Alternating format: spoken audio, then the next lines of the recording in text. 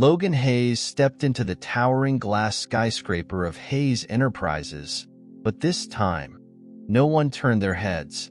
Dressed in cheap slacks, a wrinkled button-up, and an oversized backpack slung over his shoulder, he looked nothing like the billionaire CEO who had built the company from the ground up. He walked past employees who had once scrambled to impress him. Not a single one recognized him. The receptionist barely glanced up as he approached. To them, he was just another intern. "Name?" she asked, flipping through a list. "Logan Miller," he said, using the alias he had chosen for this experiment. For the next few weeks, he wouldn't be the CEO. He would be the lowest-ranking employee in his own company.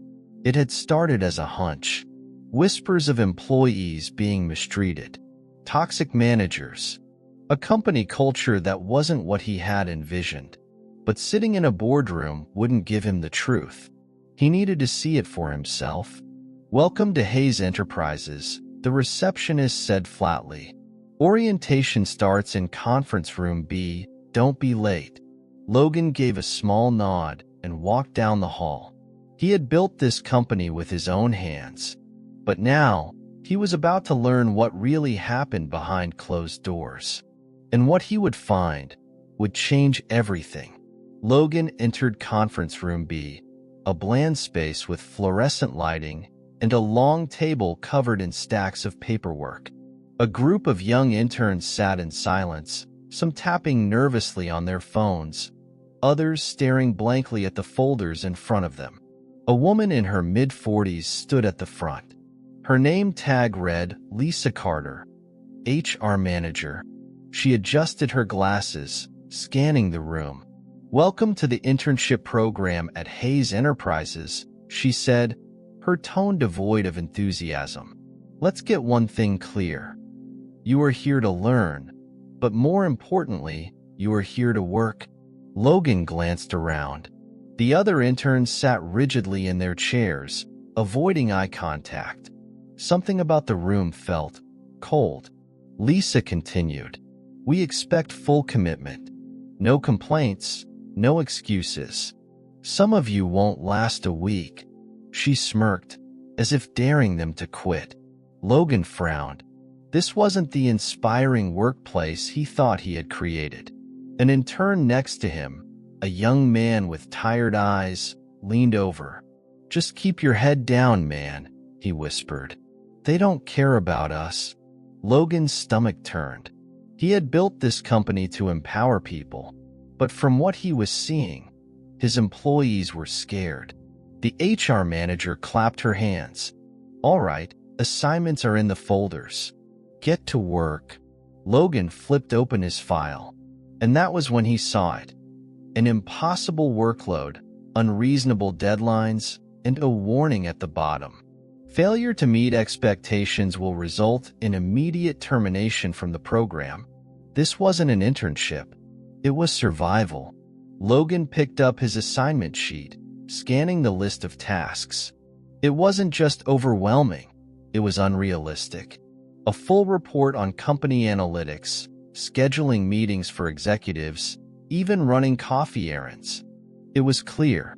They weren't here to learn. They were here to be exploited. The interns around him muttered in frustration.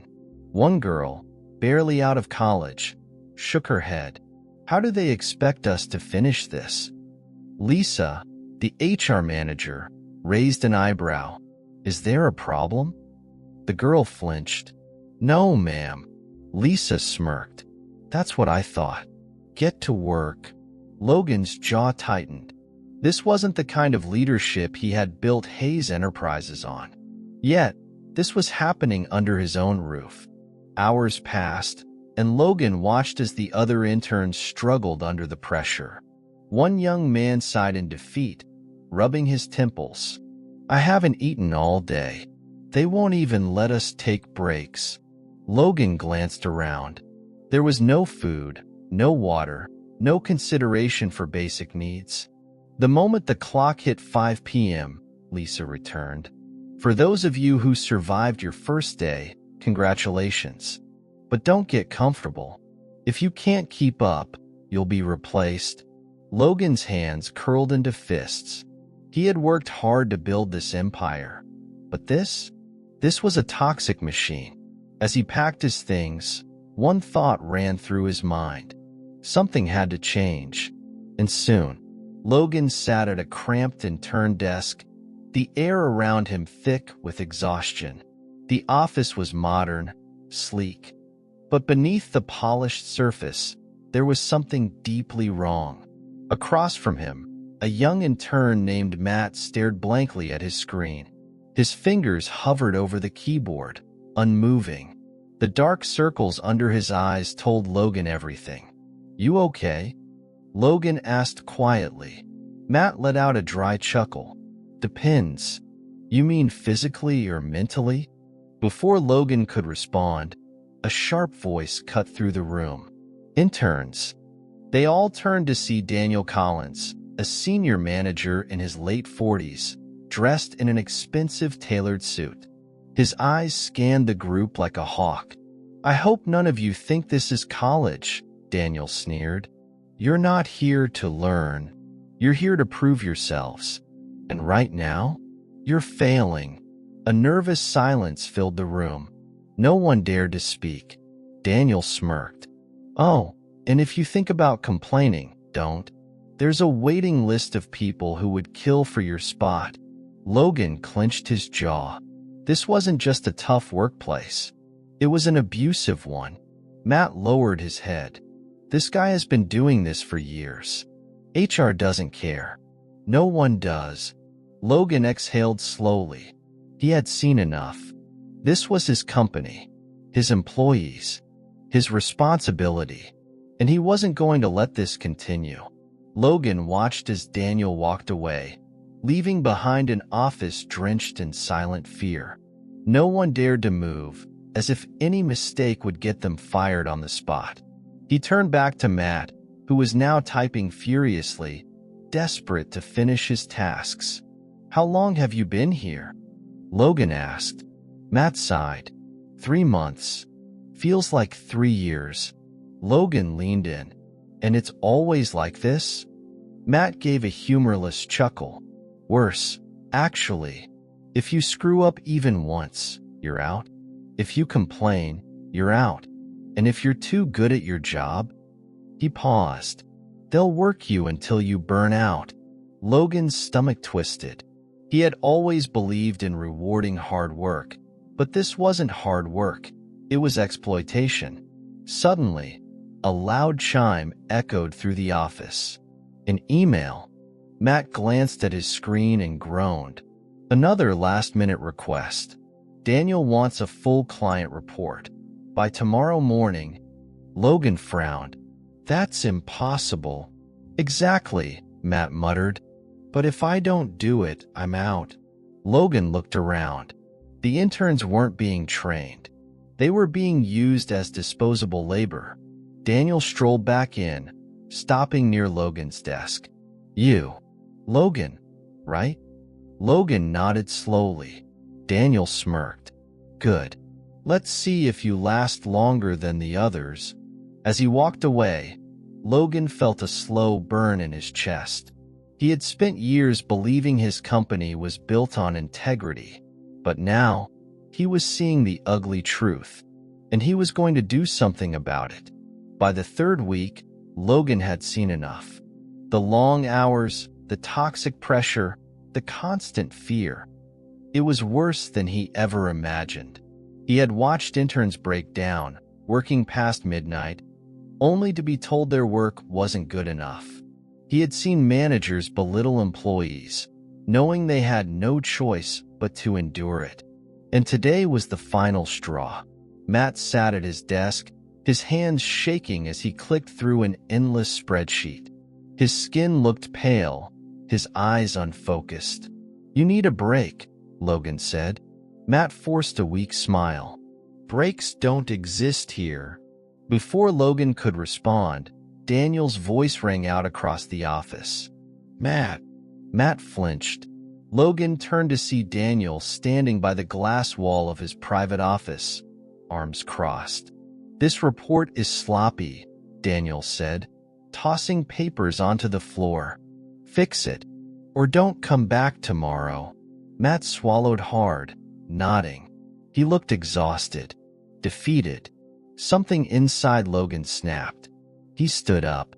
That's enough. The entire office went silent. Matt's eyes widened. Daniel turned, raising an eyebrow. Excuse me? Logan squared his shoulders. You heard me. This is abuse, not leadership. A low chuckle escaped Daniel. Oh, you must be new. You think standing up for him will change anything? Logan's lips curled into a smirk. Oh, I think things are about to change in a big way. For the first time, Daniel looked uncertain, and he had every reason to be. A heavy silence filled the office. Employees turned in their chairs, stunned by what they had just witnessed. No one, ever, stood up to Daniel. Daniel stared at Logan, his smirk fading.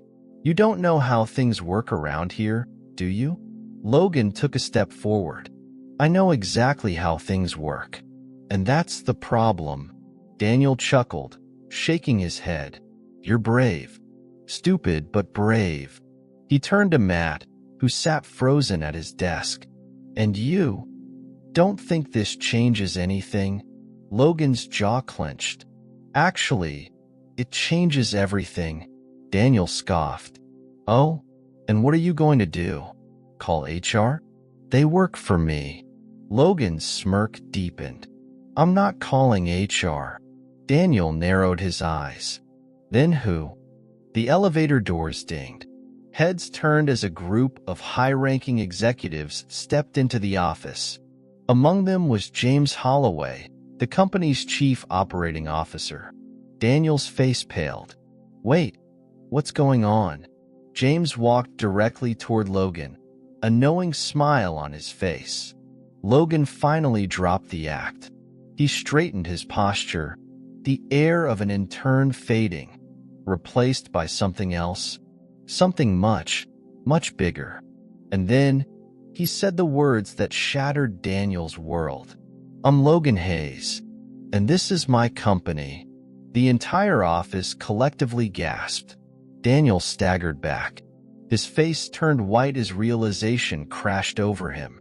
For weeks, he had humiliated, threatened, and manipulated an intern. And now that intern was the CEO. The entire office fell into stunned silence.